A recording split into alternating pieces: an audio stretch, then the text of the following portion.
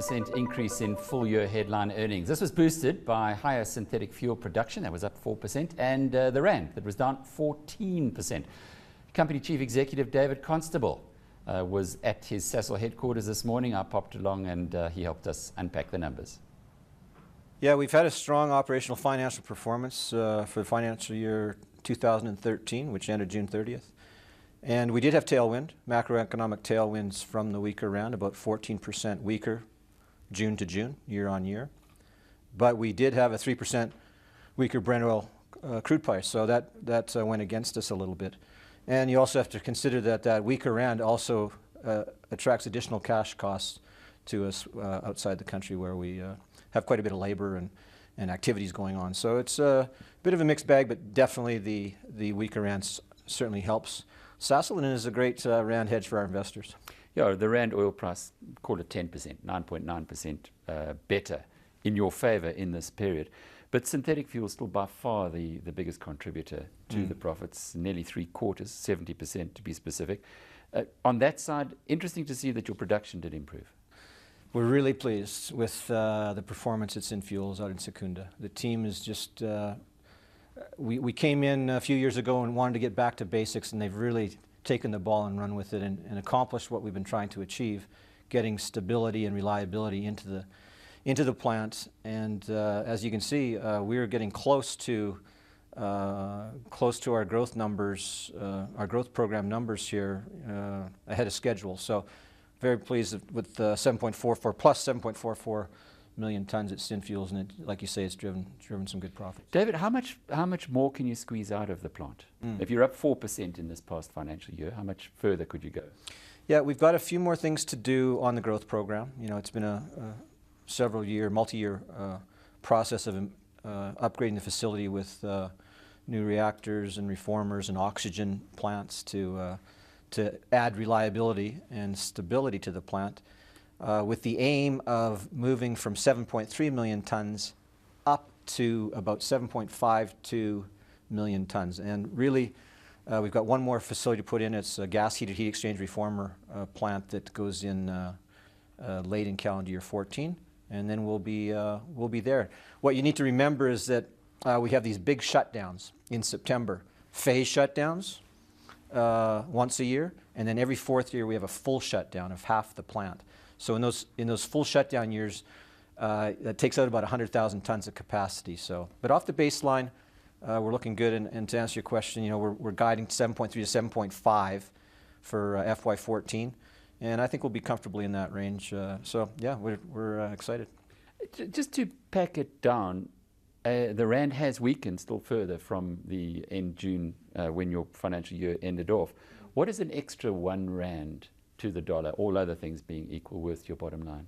Yeah, the sensitivities, if you will, we kind of look at, we do look at a 10-cent rand weakening, driving about 939 million extra rand in profit if you average that over the year. So if we stay where we are, there's another nearly 10 billion rands worth of profit. Well, it's you know, you can do the math, and that's where we're at right now, assuming an oil price in the range we're at right now. So you have to remember that the oil price has to stick where it is to get that type of return.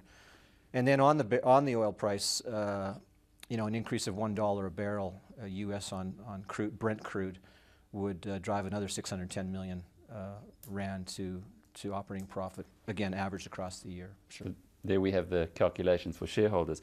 Not such good news. Something that is in your control is the chemicals side. It's always been an area where one year Sasol is very happy that it's got chemicals, and this past financial year not so. Yeah, chemicals, to me, a diverse portfolio is very important. And you know, without the impairment, the partial impairment at Aria up in Iran, which of course we've divested from now, we would have seen better numbers, obviously. But the chemicals group is under pressure, high feedstock costs, margin squeeze because of low demand. You know, with China slowing and Europe just coming out of recession, the U.S. starting to come up now.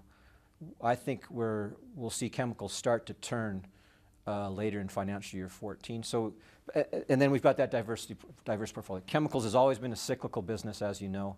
The cycles go through chemicals, but the bright spots in chemicals has been our Infrachem business, the ammonia business in Infrachem, and our olefins and surfactants business, which is really the existing ethane cracker in Lake Charles, Louisiana, is doing very well because of the low ethane feedstock pricing that they're able to access.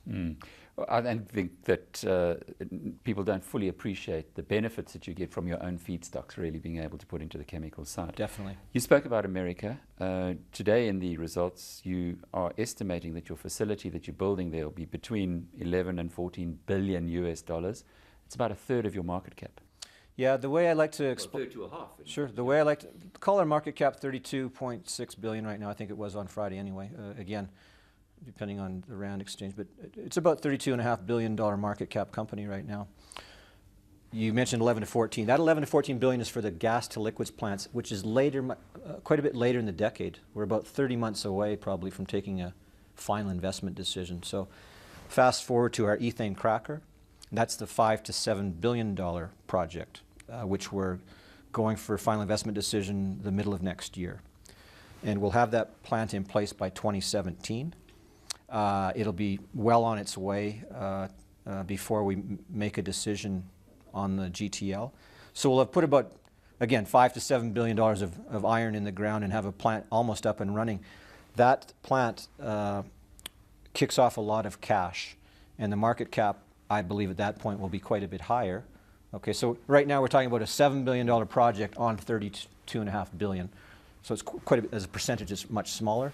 Then you'll see a higher market cap later in the decade, and we'll be looking at that 11 to 14 billion of, call it 35, 36, 38 billion. So it's maybe it's 40% of it's still a big swing. Cap. It's still a big swing into the United States market as an investor in America. And I remember talking to you before, and you said that you are the biggest foreign investor into the United States at this point. Is that still? That's still the case. It is the case. And again, it's like I say, it's now phased, so we don't want to bite off more than we can chew here. So we'll make sure we can execute that cracker successfully. And again, like I say, the FID on the GTL is quite some ways away, and we'll see what things look like at that time, and make sure we're going into it with our eyes open and making sure we can get returns for our shareholders before we take that decision. And that was David Constable, the Chief Executive of Sasol. Maybe the overall story there over the past 5 years has been the swing from China and Iran into the United States, where Sasol is now the biggest foreign investor in that country. Fascinating. Well, that's all from us here.